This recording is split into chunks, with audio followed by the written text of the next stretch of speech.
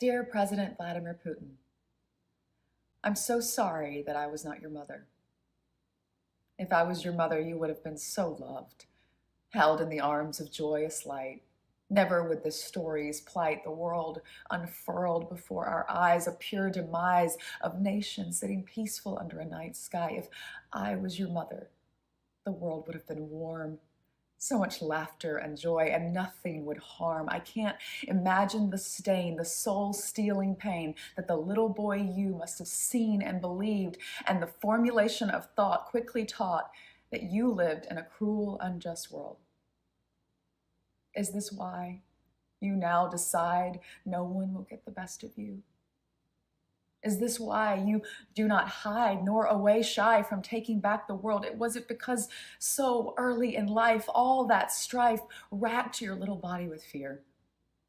If I was your mother, if the world was cold, I'd have died to make you warm.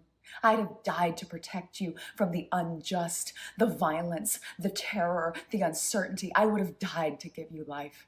Oh, dear Mr. President Putin, if only I'd been your mother. Perhaps the torture of unwrit youth would not within your heart imbue ascription to such fealty against that world that you thought was so cruel. Perhaps you would hold dear human life, and on this night, instead of Mother Russia, you would call me, and I would set your mind quite free with the love that only a mother can give, and only a mother can take away. When holds she doesn't the harm at bay and leaves her boy for the promise of a man. Whatever your story, Mr. President Putin, I can't imagine how it feels in your heart, but I know if I was your mother, that would be a start towards the awareness of what a powerful being of light you could be if your mind was only free from the violence you've seen when you were just 2 or 3. I cannot believe I was born too late, in a different place, when I would have loved you so, watched you play wherever you go.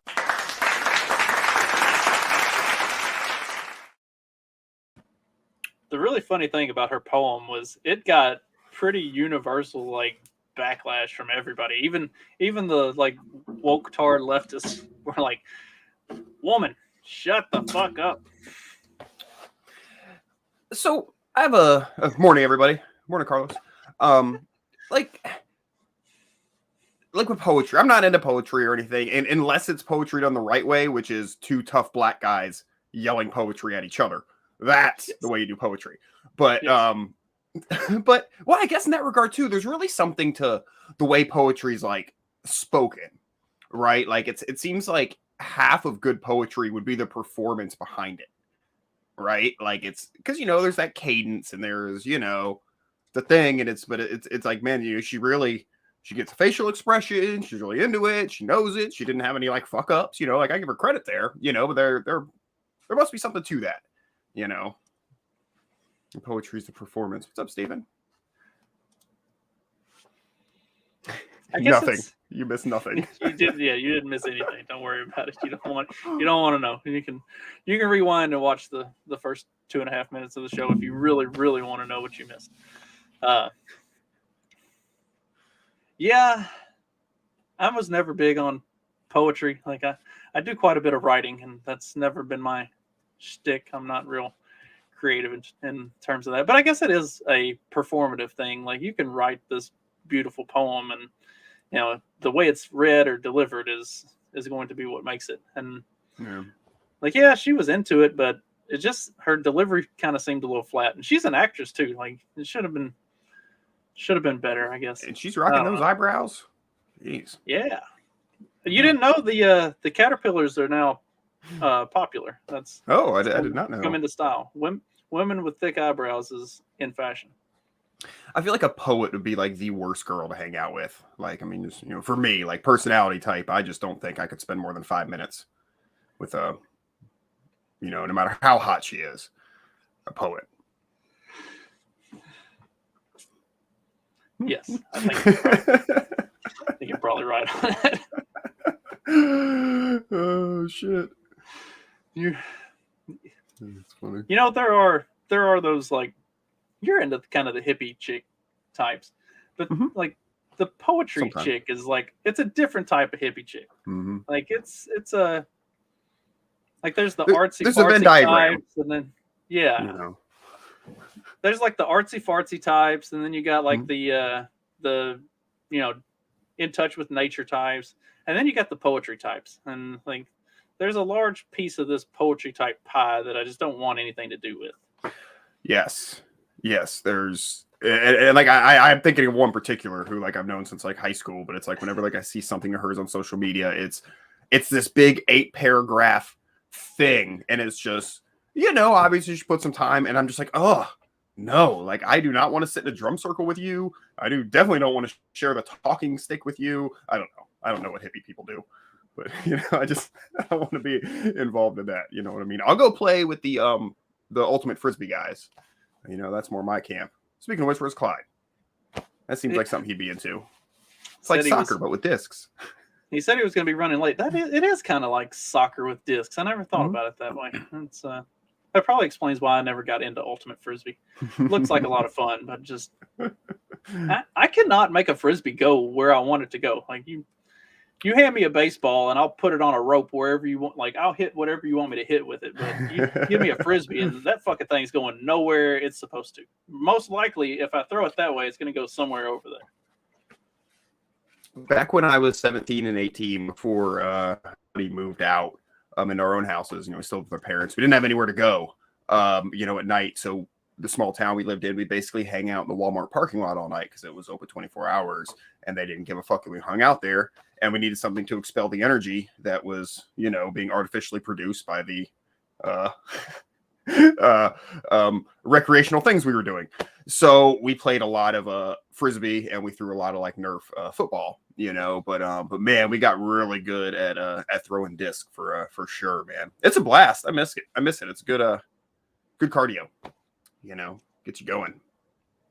I guess I just grew up in a different part of the country. Like everybody had a set of cornhole boards, and so if you were hanging out in a parking lot somewhere, you just break out the cornhole boards and see cornhole. And this might make sense now that I think about it being called cornhole and everything, that it might have originated up in the Midwest, because I remember, like, you know, my wife's family played it and everything, but it didn't really make its way down here until later. You know, now it's everywhere. You can go to bars and it's just sitting out. But I remember when it was a new thing. And I always thought, like, can't we call it anything else? Do we have to call it cornhole? It just didn't seem right. Well, it's because the bags are filled with corn. That's the mimery. And you throw them in the hole. Like it really was named by some redneck. It's like we put the corn in the bag, or you throw the corn bag in the hole. So corn hole. Totally fair. I totally retract my statement. I thought that it was a play on butt play. I didn't realize there was actually corn in the bags. I totally retract my statement. It makes total logical sense. And if you're making your own, use popcorn, not field corn, because the field corn breaks up and then it eventually turns into like cornmeal, and then your hands are getting all powdery, and it doesn't have the same like weight to it, and it doesn't. But it looks cool when it hits, and you get cool. Yeah, I mean it hits, and you get a cloud of dust. But you have to use popcorn because it won't blow apart like the field corn does. Learn that one the hard way. You ever hacky sack? Speaking of hippie games, I had one as a kid, but I wasn't like, I didn't really play with it that much. Oh yeah, back in my like 16-year-old real stoner days, I'd do some hacky sacking. You get them. You talking about the corn bags made me think about it, because you'd have to like condition them, you know, so you take out just the right amount of pellets, and then you really have to like rough them up and maybe run them over with the car a couple times, really work them in. Yeah. Apparently, hacky sack is an art form, not just a. I never would have thought about that. I can't believe that even popped in my head. Oh, jeez, it's been so long. So, sorry to the listeners about that. Well, the whole reason that we played that intro was the very obvious headline of the day, at least the headline of the day for us. Brittany Griner arrives in the U.S. following her release by Russia in a prisoner swap for the Merchant of Death, the Lord of War himself, Victor Bout. What'd you think This about is just a total win for me all around because like last night I get a call from old BG and she's like, "Yo, Dag, what's up? Just touched down. We get a half pound of that OG." I'm like, "All right, man." So I'm back in business, and then I got a call from my boy about some AKs. So fucking, it's been a good day. Do you think this was a strategic move on Putin's part? He was like, we're running low on firepower in this war in Ukraine. Tell you what, Joe, we'll give you the tall bitch back if you give us our arms dealer back. Like we're hurting for some good weaponry over here. Well, yeah, I mean, does it really benefit like anybody all around? You know what I mean? Like, it's just like a market transaction. Except, I don't know. It sounds like maybe they did better. But as Corey says, shooter for shooter, biggest trade in WNBA history. Saw the first time anybody was aware of a trade being made in the WNBA. Oh, look, man. I mean, I don't need to, say this to you guys. You guys know me. I don't really think people should be locked up for weed or selling guns. So, like I said, this is, I'm cool with that all around. We are going to run out of content on the Brittany Griner train now, though, and that's kind of depressing. Well, this tragedy and trauma is going to cause drama coming up in the future. There's going to be something, maybe a good lawsuit or something. Okay, we'll get something out of this. If nothing else, the WNBA season will start at some point. I don't know when the WNBA season starts. I'm assuming probably after the NBA season ends, so as not to be competing for ratings. But the WNBA season will start at some point, and they'll play the national anthem, and then we get to see does she continue to sit or will she actually stand and appreciate her country. Oh, even I gotta admit that that put me in a tough situation too at that point. As much as I like to say fuck them, I ain't standing. You're kind of obligated at that point. You know what I mean? You kind of gotta. Do women's sports? Does the timing directly coincide to the off season of the man's league? Like typically, do they go like man NBA ends, then Is this like a league of their own situation? Like that's why we even have women's sports in the first place, is because the men are on vacation or at war, one of the two. I know the WNBA does play ball in the summer, because I worked for women's basketball teams through college. It makes sense. Give people basketball light. During I worked for women's basketball teams during college, and I had friends who went on to play in the WNBA. So they do play in the summer. I think largely it's because they don't have as long a season because they don't have as many teams. There's only like a dozen or so teams, so they can't realistically play a full 6-month season. So they have like a shortened season that basically takes place in the summer. And yeah, it is so that there's basketball during the downtime. But yeah, that's I don't know about. I don't pay any attention to soccer, or really any other women's sport. So I don't know. The lingerie football league is about the only other thing I really pay attention to. Well, is that any good? The highlight films are very good. Okay. Whether the games themselves are good or not, I don't know. But I tell you what, the highlight reels are highly entertaining. I would watch them over NFL highlight reels all day, any day. Yeah, me too. You should tune into Clock Management one Wednesday night. We have a couple lingerie football league intro videos that we use. Get some entertainment out of that. Women's volleyball, not bad. Yeah. Oh man, that's my favorite thing to watch in the Olympics. The Brazilian team is always just smoking hot.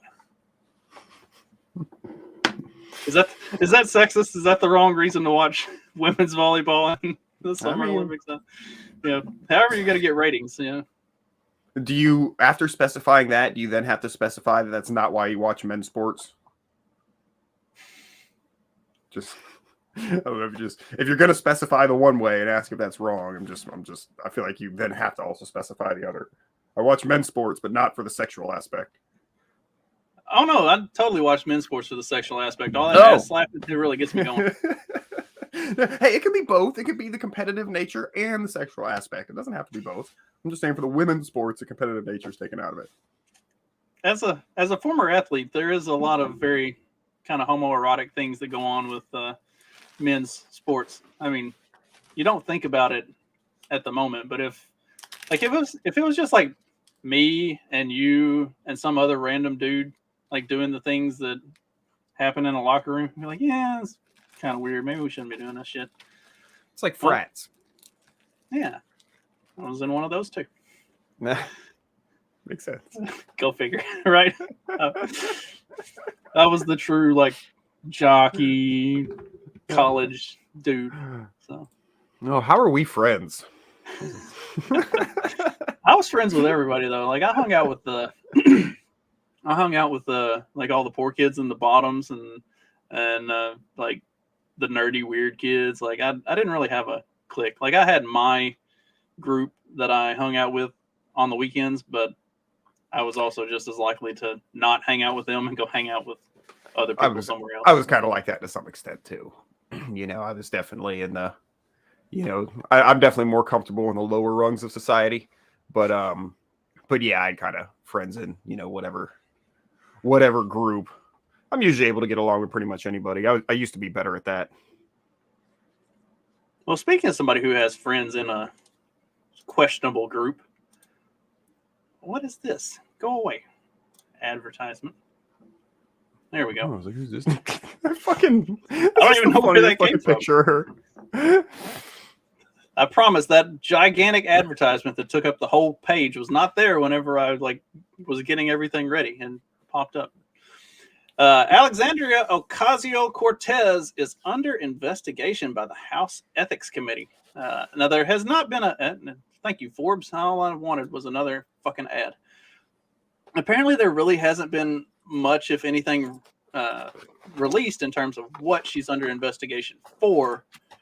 But there was, and this is Forbes. So, Forbes is not some like right-wing propagandist. Like they're pretty lefty.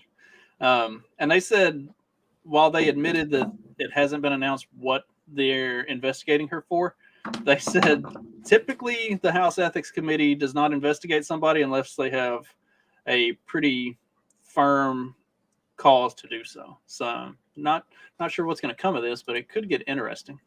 I like the use of your word firm after Corey's comment there.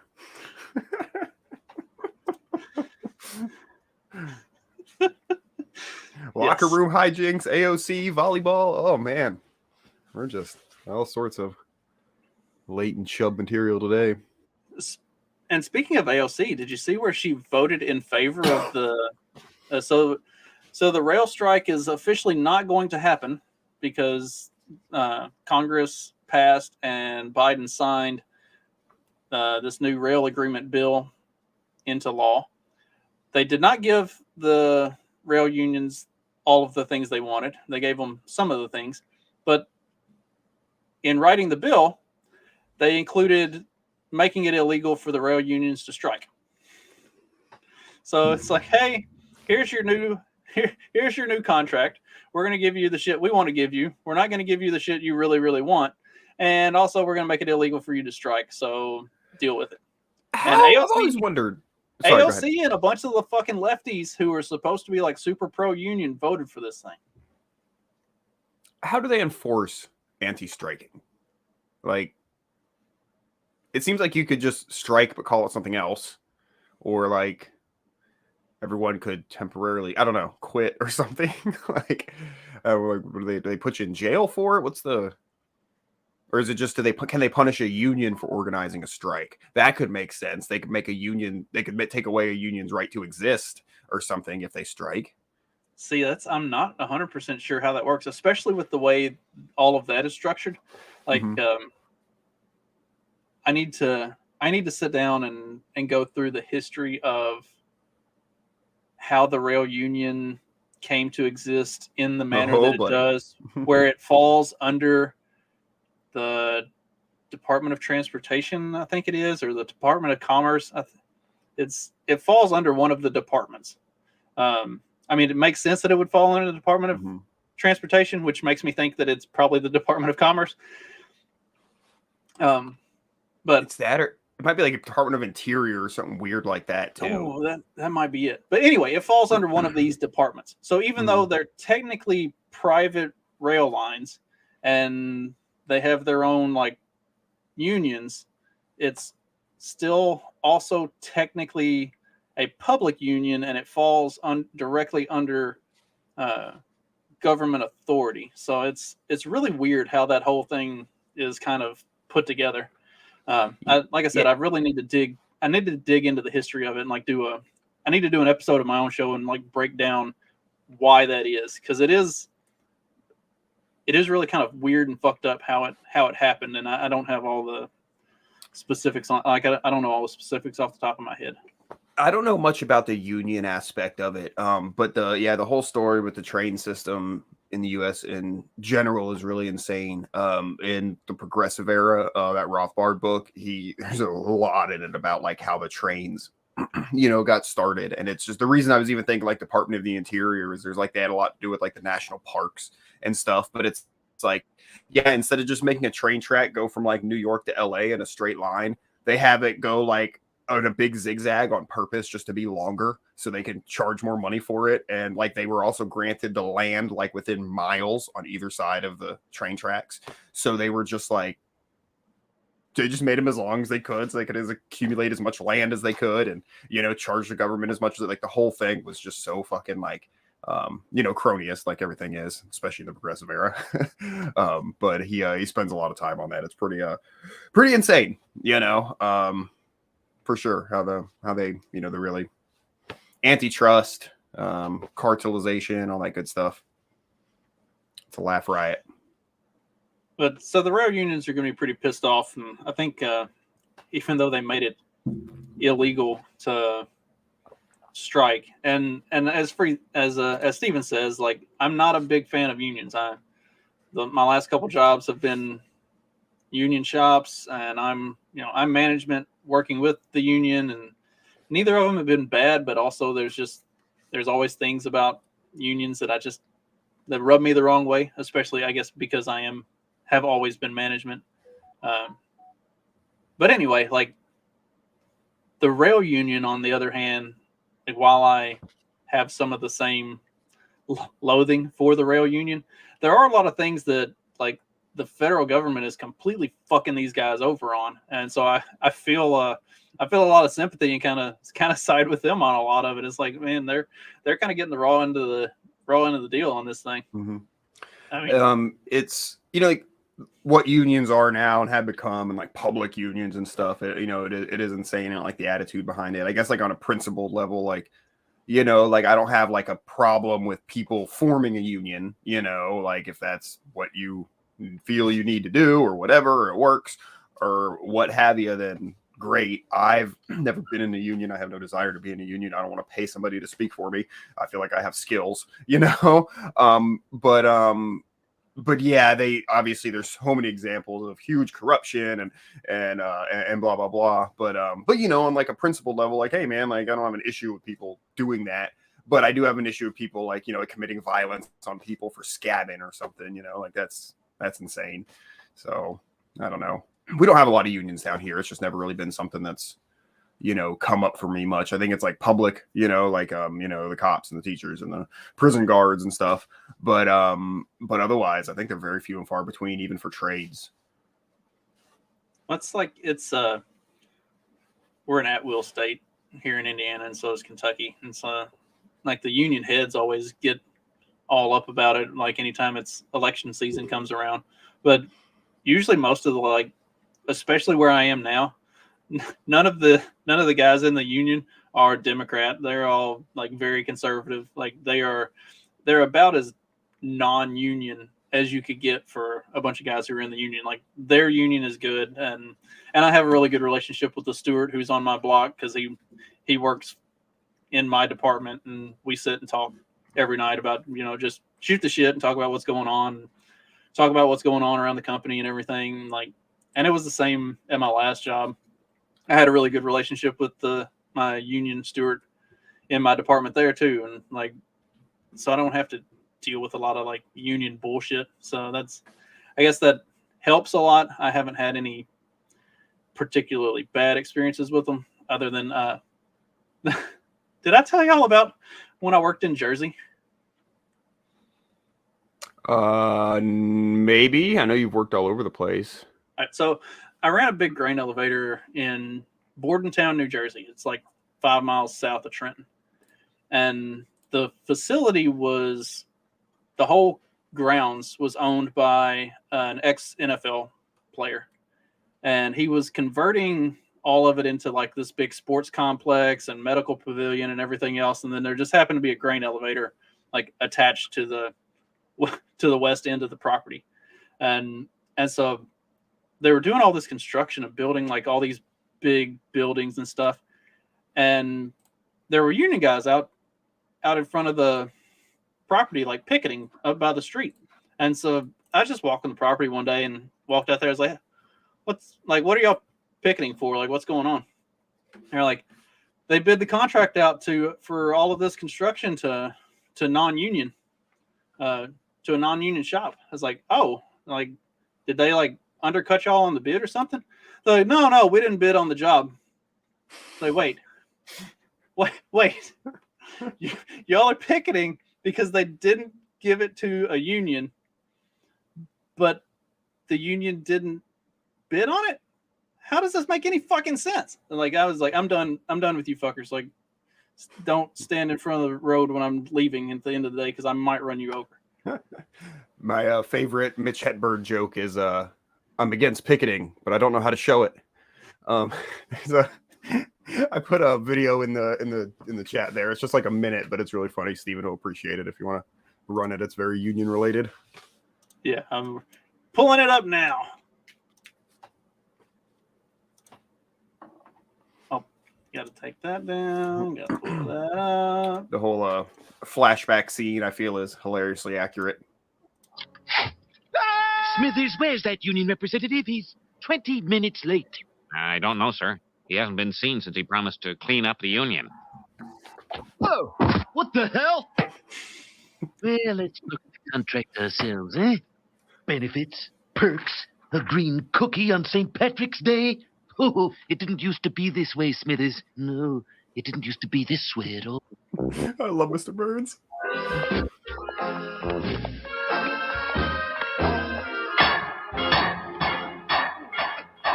Come on, crack those atoms. You, turn out those pockets. Atoms. 6 of them. Take him away. You can't treat the working man this way. One day we'll form a union and get the fair and equitable treatment we deserve. Then we'll go too far and get corrupt and shiftless. And the Japanese will eat us alive. The Japanese? Those sandal-wearing goldfish tenders? Oh,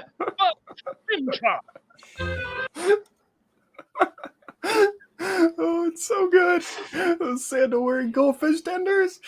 Oh, shit. It's funny they said that.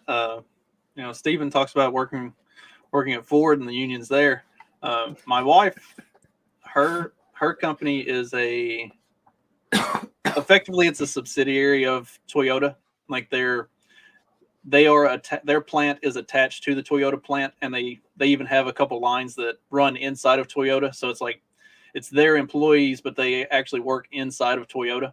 They make like dashboards and stuff like that. But anyway, Toyota is very like strictly non-union, and they're probably one of, if not the best paying and best benefit jobs around here. Like, so you don't have to have a union to have all of the good things. Mm-hmm. Yep, I feel like it's probably an undue amount of bureaucracy and nonsense typically, and impedes quality and production. I don't want a bunch of mandated breaks. I want to get in, get the job done, and go the fuck home. Like, it seems like you're just stretching your shit out to me. I've never. never really understood that. I've also never been I've never been big on like traditional work schedules. I got my boss got onto me at a at a previous job. He's like, everybody kind of has a problem with the fact that you just sort of work whatever hours you want. I was like, well, do you want to get shit done, or do you want me to be here from 8 to 5? It's like, because I'll be here from 8 to 5 every day, and I'll answer my phone every day, and we can do all the things that all the women in the office bitch that I don't do, and not a fucking thing is ever going to get done. Like, or you can let me come and go as I please and not answer my phone and hang up on the women when they ask too many questions, and things will continue to run smoothly like they currently do. And he was like, you know what? You do what you do, and I'll take care of the rest. That's all I ask. Oh, shit. So, lots of stupid cop news out of Florida here lately. Which one you want to go with? Did we talk about the Tampa police chief yet, or no?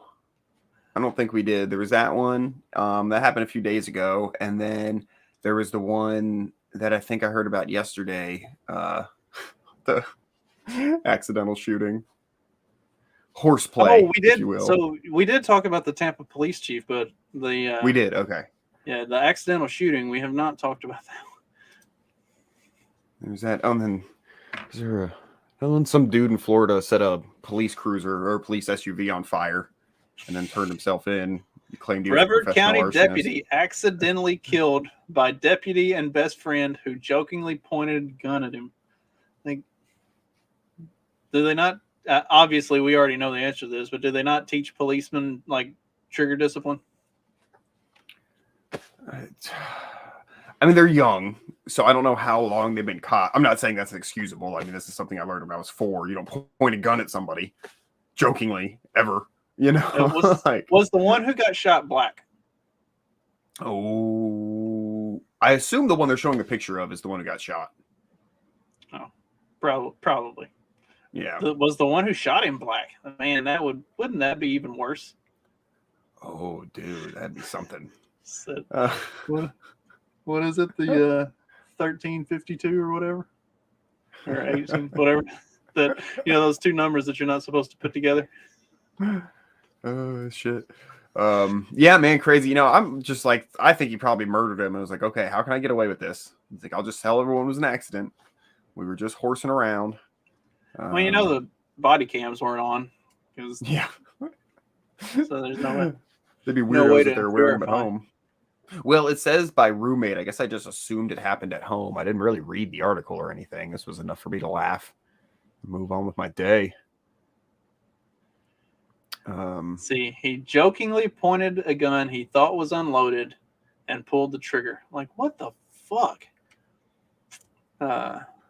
He was arrested and booked into jail on 1 count of manslaughter with a firearm. Would they believe one of us if that was our story? Right? Like, we're getting murder charges. We're not getting manslaughter. Like, you deliberately pointed the gun at him, and you deliberately pulled the trigger. Like, how else do you describe that other than murder? When we say roommate, we mean in the 1950s sense of the word.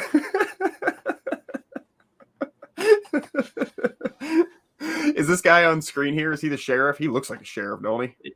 I think that's the sheriff. He's got that boss hog face. They really do look like fucking hogs, man. When you graduate to sheriff, dude, you look like a big old hog. See what he has to say about it. If I can get the... Oh, here we go. A little buffering action. Hell yeah. Get it. Maybe. There's a lot of man to load there. I want to give everyone an update on what took place and also a recent development as a result of the incident and investigation. Can you hear that? The incident occurred in Palm Bay, and the investigation was fully and independently conducted by the Florida Department of Law Enforcement and the Palm Bay Police Department. What we know at this point is that during the early morning hours on Saturday, the Palm Bay Police Department received a 911 call from off-duty deputy Andrew Lawson, who reported that he had accidentally shot his roommate and needed help. When officers from Palm Bay PD arrived, they were met by off-duty deputy Andrew Lawson, who was fully distraught and devastated. Officers discovered off-duty deputy Austin Walsh inside the residence, where he'd apparently succumbed immediately as a result of a single gunshot wound. Lawson was fully cooperative in the investigation that revealed he and Austin had taken a break from playing an online game with a number of their friends and were just kind of standing around talking. Lawson was holding a handgun, which he believed he had unloaded, and at one point in their conversation, Lawson, thinking that the gun was unloaded, jokingly pointed the gun in Austin's direction and pulled the trigger. According to the investigation, a single round was fired that struck Austin, taking his life. Andrew immediately called 911 to summon help for Austin, but unfortunately, the single round was a fatal shot. The Early morning thing about, sorry, go ahead. Early morning. So we're talking like in the 2 a.m. range. These dudes were drunk, fucking around, and he accidentally shot him. Like Paul Pelosi situation. Yeah. Well, the real tragic thing is that it was the dumber of the two that got to live. Right. That's the way it always goes. Hey, I guess hopefully he won't be able to be a cop. And oh Jesus. Hopefully he won't be able to be a cop now, and he won't accidentally shoot like a real person, you know.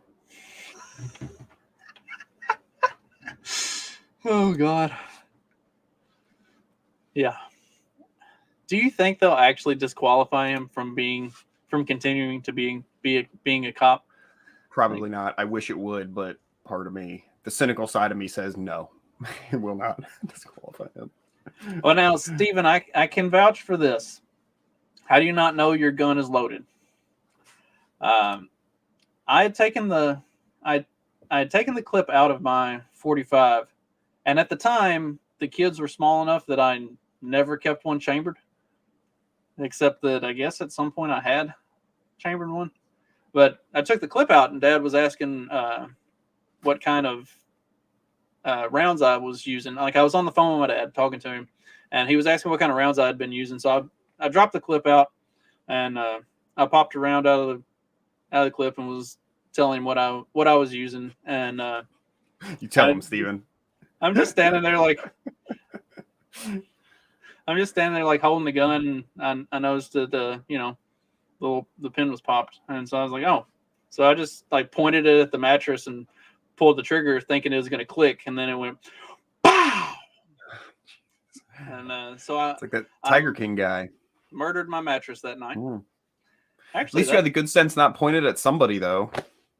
Right. I mean, I just pointed it straight down at the mattress. Like, I wasn't expecting my then wife had this like I'm not sure what it was made of. It was some sort of like real soft, fluffy type of like blanket on the bed.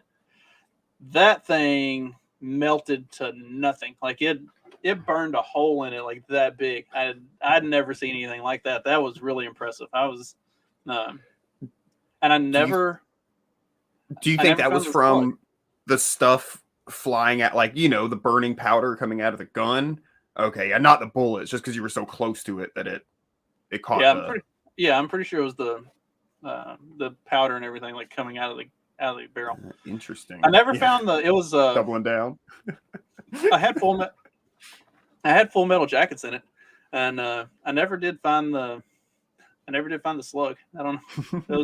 That was also really weird. Like, I think like 4 months later we moved out, and so like we get like everything out of there, and it's nowhere. Like I don't know. That was really weird.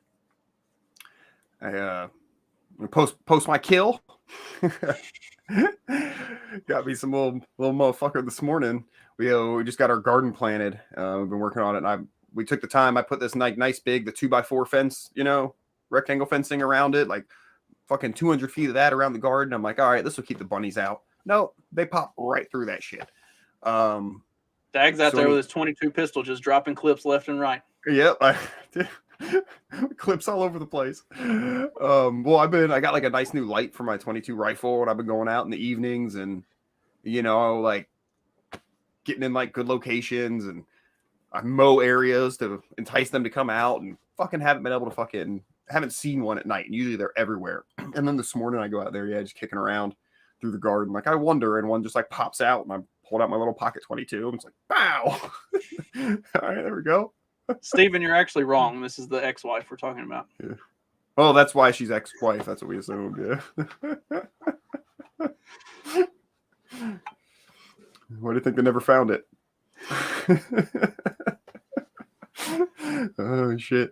That is the funny thing I see on movies when like somebody like they go to like shoot their gun and they're like, I took the bullets out. And it's like, that like the weight, but then I'm like, well, I guess if you take the magazine out, take the one out of the chamber and just insert the magazine in and you're expecting one to be in the chamber, that could buy you a second or two. But I mean, anybody knows that when you have a malfunction, you just try to cycle the next round out of the clip. Well, that's like even with this. Sorry, now I have to try and insert it anywhere. Well, that's like even with this little flimsy ass 380. Like, there's nothing to it, but like, there's a very distinct difference between in and out. Like the most of the weight of the gun. Yeah, it really is. Yeah, the rabbits in the in my fridge. I cleaned them, or her. I can't tell the difference. All right, but I cleaned it this morning, so we're gonna have it for a lunch or supper or something. I used to want to rabbit. I used to want to raise rabbits, and I've come to the realization that's stupid. Like, why am I going to raise rabbits in one area of the farm and then shoot them on the other area of the farm as a pest? You just got to two birds with one stone them. We don't have them that they're not that voracious here, but I do see one like run across the back every once in a while. I'm thinking about trying to trap them and see if I can get them to breed. And although like putting wild rabbits in a cage usually doesn't work out too well. Usually I've heard it's difficult. Yeah. Yeah. Usually they just say fuck this and die. Yeah, we found it was either I think there's one instance where the dogs killed the mama rabbit. I think another one where accidentally stepped on it or something. Anyhow, the mama rabbit died, and so we found these like baby rabbits, but they weren't real small babies, like milk eating babies. And we were looking into keeping them and raising them, and everything we read was like, yeah, don't even bother. So we released them in the woods where they surely got eaten by something else. I do. But no, we've got a lot of them around here though. Like I said, they're definitely a pest.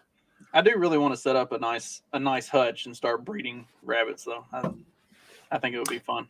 It's supposed to be nice and easy. Cleaning them isn't bad. Way easier than chickens. Yeah, it's and good meat too. I mean, yeah, not bad. I'm gonna drop some clips and pump some, empty some clips on some rabbits. It just feels so forced because I never say that word. I want to get one of those. Did you watch the newest version of It, where he's got the air gun that has yes. I want to get bolt. One of those. Yeah. Pneumatic bolt gun. Yeah. Just pop them in the back of the head. Yeah, pretty cool. Oh, what's that other movie? No Country for Old Men, where he's got that one dude has the one, like the cow size one. Yeah, that's pretty badass. I've got my 22 rifle. I've got a 25 round magazine for, so it's got the big fucking clip on it, and it is just so tempting to hold that thing sideways like this, clack clack clack clack, like a fucking African fucking war person, child soldier. It's not quite the AK, but Remember it came out a couple years ago. It was some African country where they were all like going nuts and they're outside with their automatic weapons, like shooting them off in the air. And the dude, like, it comes out of the dude's hand and like he's trying to catch it. And so he's like still pulling the trigger, trying to catch it and just like shooting everywhere while everybody else is standing. It's like, dude, those are the best. A lot of those out of the Middle East too. Just let go of the fucking gun. Yeah. The places where it's just okay to shoot guns off at like in public, like at weddings and shit, like, oh man, some good videos. There was one, I think it was on Tosh a while back, where like the young child, like the toddler, comes up and like wrestles the gun out of like the guy's waistband and starts shooting. It was like at a Middle Eastern wedding or something. Oh man, my dad used to tell me this story, and I've looked on the internet to try to corroborate the truthfulness of it. But I guess there was some little cheap zoo in Bushnell, maybe, I don't know, in like the '60s, and a monkey allegedly reached through the bars of the cage and grabbed one of the guards' guns and started shooting people, or at least firing. But I don't know if it's real. I have not been able to corroborate that. It sucks when stuff's old enough. It's not always on the internet yet, or my dad could have just been full of shit, or maybe talking about a movie. I don't know. Any of those are possible. Speaking of guns, did you see this tweet that I shared? African warlord with machetes, most terrifying person in the world, too, by the way. That is a terrifying individual.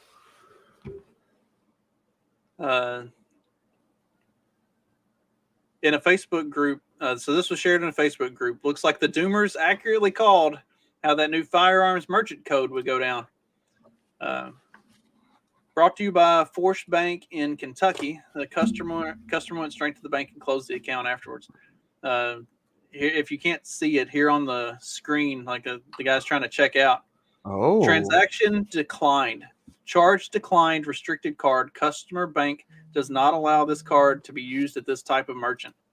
And it's two separate attempts. Does it say what bank? Did you say what bank? Yeah, it's in the first one. Force Bank, FORCHT Bank in Kentucky. It says the customer went straight to the bank and closed the account. Yeah, good. I mean, that's good on him. That's exactly what you should do. Yeah. Luckily, I still do all of my banking with a very small local bank back home. Went straight to the bank and closed the account. My grandmother, so we farm, and when you get your grain checks at the end of the harvest season, usually First they're the 15th. Wow. Yeah, something like that. Usually they're significant. It's not unusual for a grain check to be 50 grand plus. And so my grandmother went to deposit it, and they told her that the funds wouldn't be available for 2 weeks. And she said, since when? That's never been the case. And they're like, oh, well, it's a new policy. She said, give me all my money. She said, I'm going somewhere else. If that's the way it's going to be, I'm not banking here anymore. Just took all of her money and left. Right. I love my grandmother. It was like, whoa, Mama, you've been banking here for 50 years. She's like, I don't care. If that's the way it's going to be, then I'm taking my money somewhere else. There is something to man, it'd be nice to be able to have the small, banks like that. Now it's like every other industry, it's gobbled up by the four big ones, right? But it's man, it'd be nice to have the small banks where it's you could have a relationship, what my dad talks about when he was younger, and the bank and give him a loan for whatever he wanted because they were, tight like that, but you can build a relationship. And, with a situation like you're describing, okay, it's a check that's obviously going to clear because been cashing in there forever. It's this getting a check for a much bigger entity, for them to at least not be like, okay, well, here's 10 grand for now, or what the fuck ever, just like, oh no, 2 weeks policy. It's yeah, man, you can just be fuck off and hope that another bank doesn't have that policy when you go to try to sign up somewhere else. She's done her banking with the other bank for ever since then. So I guess they decided that they didn't either they didn't have that policy or they weren't going to enforce it with somebody dropping that much money at a time. We've got a decent credit union here, like Steven's saying, that I use.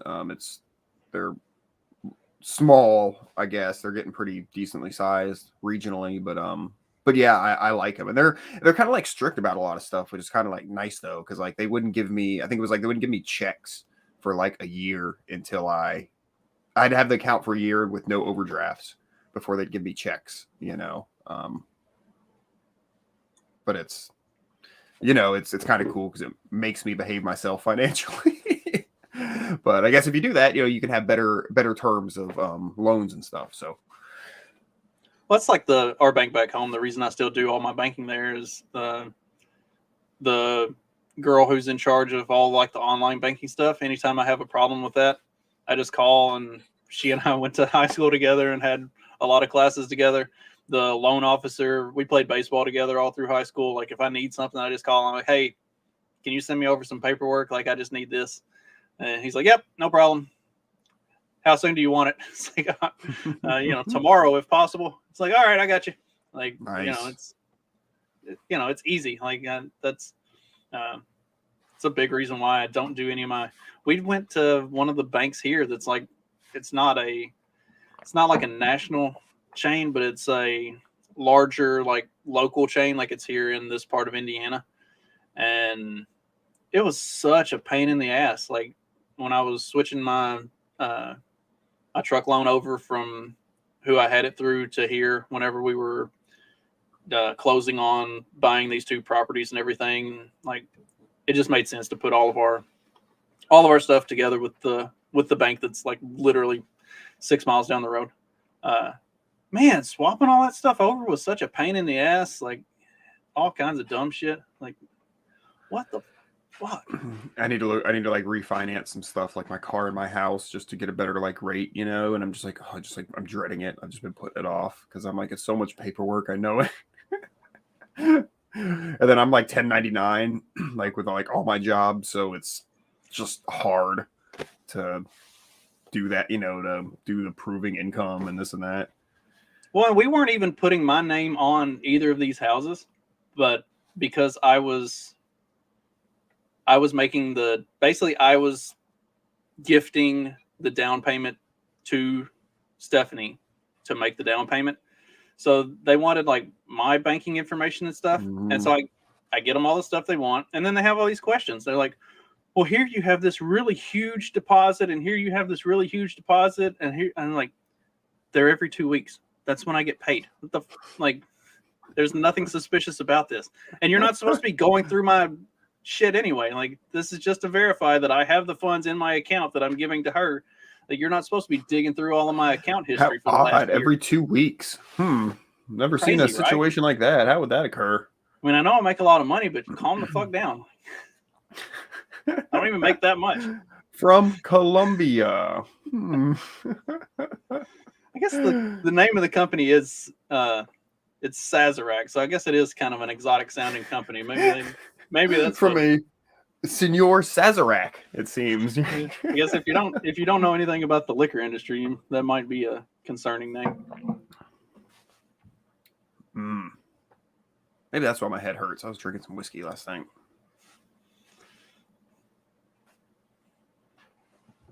Oh, yeah, Jesus.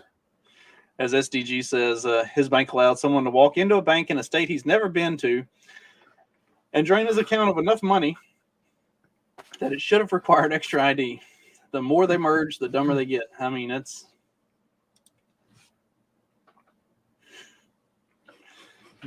I mean, I guess the bigger the banks get, the more bureaucracy is involved, and the more bureaucracy is involved, the more fucked up everything gets. What's the nice thing when the bank person knows you? They can be like, "Yeah, I'm here to withdraw this money," and be like, "You're not Mr. Guillotine. Like, I know Mr. Guillotine. You're not him." At least have to make a phone call on this one. School and okay, it's the second time Steven's brought it up. Oh, the butt plugs. No, I didn't. What? Is that what it was about? Yeah, he mentioned earlier a school in Chicago was teaching kids to use butt plugs. Allegedly, not to throw around wild accusations here until I see at least one news story. Like, because they're not giving them bathroom breaks or what? Right. Like, no, you're going to stay in your seat and you're going to learn. There are no bathroom breaks in this class. Well, they're built into the seats now. So it's something about posture. It gives you better posture when you have something shoved up your ass. Yes, SDG is very not black, so that makes it even funnier. I can vouch for that. Somebody who looks absolutely nothing like them. I'm 4'8" and white. Project V, is that what it's called? Like, I don't even think I want to know. Hang on, let's close on, instead of Project V, let's close on Generation Z. What's this idiot doing? Oh, sorry, Steven. We'll have to do more we- research on that. I I can't look. I can't. Wait, I just don't know jump- what they're going to show that I want to look at though. That's the. I can't jump into a butt plug story unprepared. Like that's too much, especially on a that Friday. needs to be a whiskey in my coffee morning. Yeah. I need to be prepared for that. So yeah, this dude, America's first Gen Z congressman. Well, I don't know what the cutoff is for Gen Z or to be. Is Gen Z 35 now? No. What is it to be a congressman? Because it's not, president is 35 anyhow. So this dude just landed a job with $174,000 annual salary. He's having a issue finding housing in DC. As we remember, our good friend with the crazy eyes from the beginning of the show had a similar problem, AOC, when she was trying to find housing when she was moving in to be a congressperson. So he's using this to rail, a lot of the Republican young Congress people, they do things like sleep in their office or stay at a friend's house or something like that. But, he doesn't want to be woken up by an intern at 7 a.m. in his office. I'm like, okay, well, why are you not awake at 7 a.m. first off? But they cite the reason that he doesn't have money and his credit is bad is because his credit cards are all completely run up because he had to run them up for 12 months of campaigning to be a congressman. So we have to feel sorry for him because he spent all his money and now doesn't have any money. I mean, you're telling me the DNC is not going to throw funding at the first Gen Z congressman?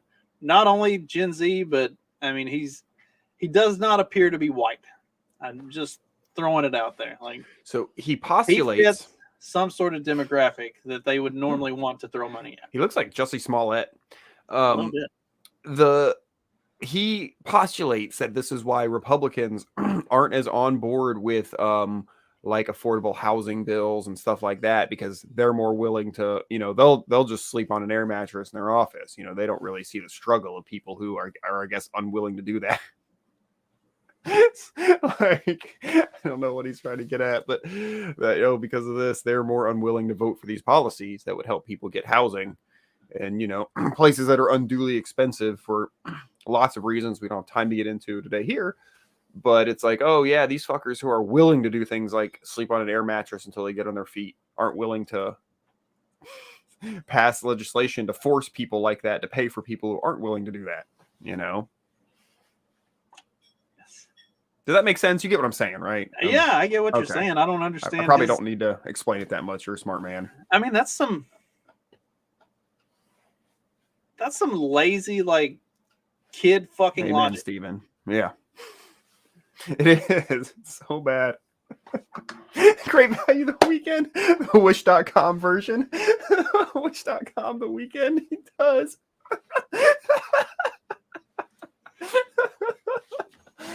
Oh, fuck. Like,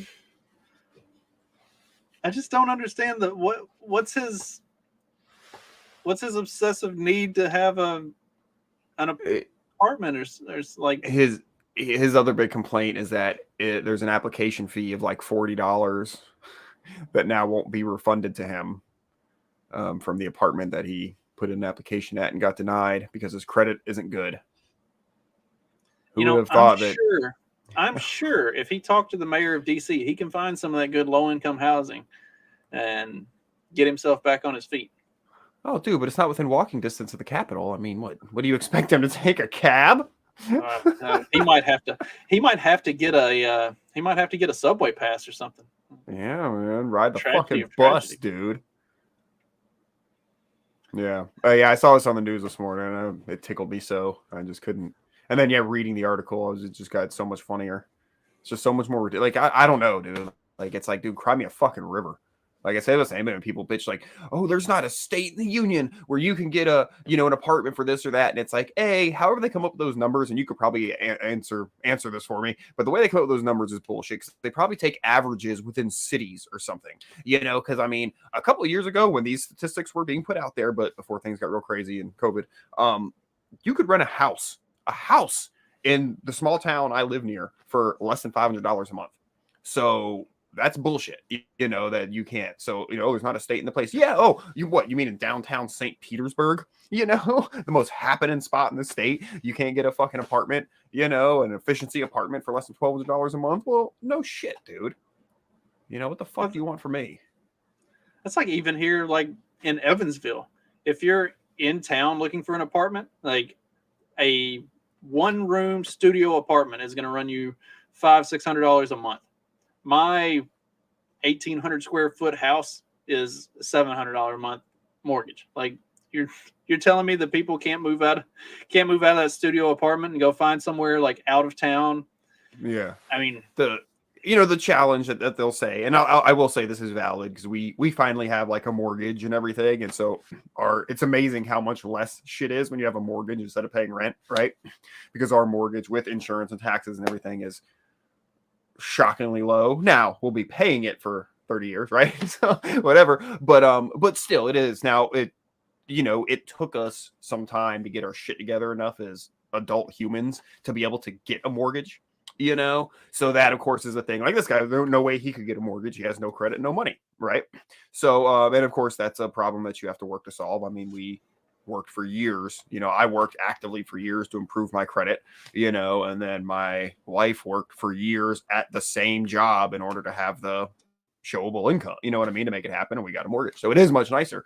You know, but the point still stands when you look at rent. You just move out of the city, like go to a different place. You know, like you can get rent for cheaper. Yeah, it might not be ideal, but that's why you work harder and do better, you know, in life. You know, most of us start off, you know, like as the thing, if you start off young and without a lot of money and you work throughout your life and accumulate and be smarter, and then you live in a better place when you're older, like that's just the way things have always gone.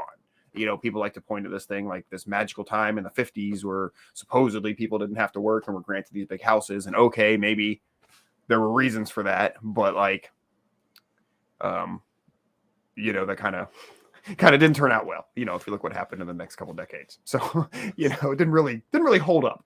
It's like I saw a thing the other day. It was a poll. It was like, how much money do you need to live comfortably? I was like, whatever I fucking make. Like I've made 6 figures and I've made $11.50 an hour, and I've never missed a bill and I've never missed a meal, and neither have any of my kids. Like it's this whole idea that you have to have some certain like salary or some certain like level of comfort. You live within the means of whatever you make, and you make your comfort out of that. And this entitles. Yeah, you're right. I mean, Brett. Well, I look back like there were times I didn't pay bills, but that wasn't like because I couldn't. It's because my priorities were fucked up and I didn't. You know what I mean? I do now. I mean, most of the shit I used to complain about with her was my doing or my fault or whatever. Like I could have made more dough, or I could have lived differently, or I could have spent my money differently,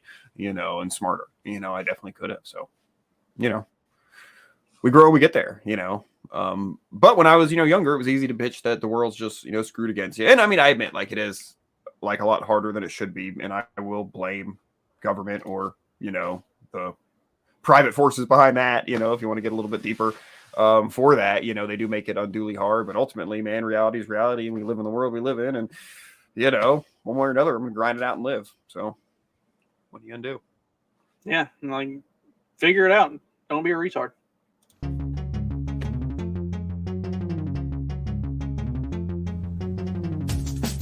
Because democracy basically means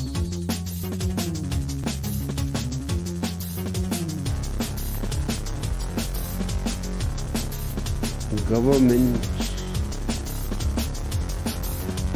by the people,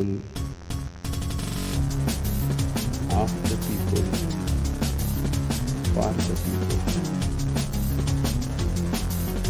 But the people are retarded.